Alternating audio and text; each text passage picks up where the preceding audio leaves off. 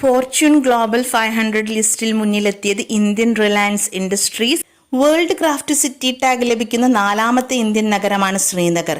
രാജസ്ഥാനിലെ ജയ്പൂർ, തമിഴ്നാട്ടിലെ മാമല്ലപുരം, കർണാടകയിലെ മൈസൂർ എന്നിവയാണ് ഇതിനു മുൻപ് വേൾഡ് ക്രാഫ്റ്റ് സിറ്റി ടാഗ് ലഭിച്ച 3 നഗരങ്ങൾ.